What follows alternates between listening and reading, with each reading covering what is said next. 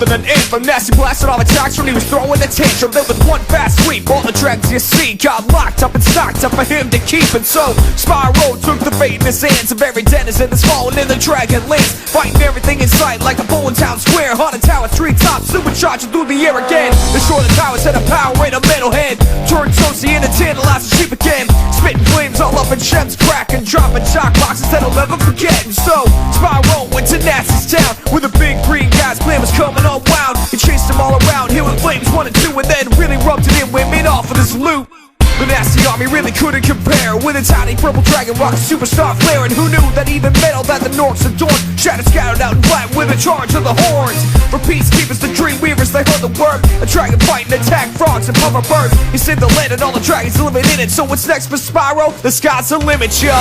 He's just a little dragon now. One day he'll take off from the ground.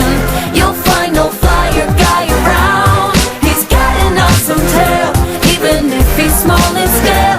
Packing punches pound for pound, so that'll mock them down. So the Dragonlands were seemingly safe, and then some storms set in and baked the sky in gray. Spyro would earn a break after fighting the war, so he jumped into a portal, teleporting him to Dragon Shores. But he emerged in a world full of disarray. Avalar watching the burn and gazing with those rage, with thorns scattered out across all the realms, and the creatures living in them were just slowly getting overwhelmed. From Vital Springs to Sunny Beach Metropolis, from Fracture Hills up to Shady Oasis, gather orbs and locating all the gems, and breeze through speedways while clearing up the mayhem.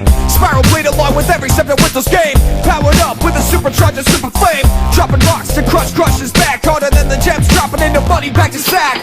Running a gulping bullet bomb into his face, finding grinders and hurricanes and pigs in space. Lava lizards craving came in like a lickable lolly. Stop the tasting of the turtles, having trouble with the trolley. Spyro can handle anything you ever throw at him. A lure hunter in his corner when he needed them. He got a dragon choice on making a splash after guaranteeing Ripta was reduced into ash now. He's just a little dragon now. One day he'll take off from the ground.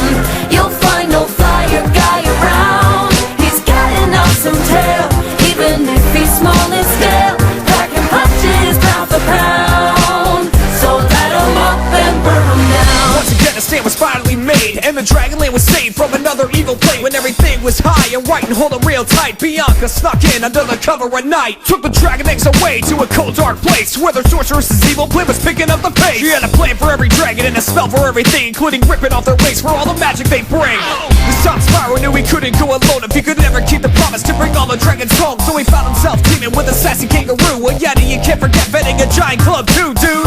Agent 9, the unhinged fringe is all about the Ronak ruining that he binges deep into the night. And in case you haven't heard, he loves pairing them up with the exploding show from Sergeant Bird. Even still, it's up to Spyro to fix it, saving the world between some serious kick flips. Back and buzzing the drink and causing scores to sink, and showing Spike he has to think about the crystals falling in his ring. And when it's just down to him and the sorceress, Spyro took control of a tank, and like the biggest is, he blasted her away. A legend was made, and every creature in the world came together to celebrate. He's just a little dragon now. One day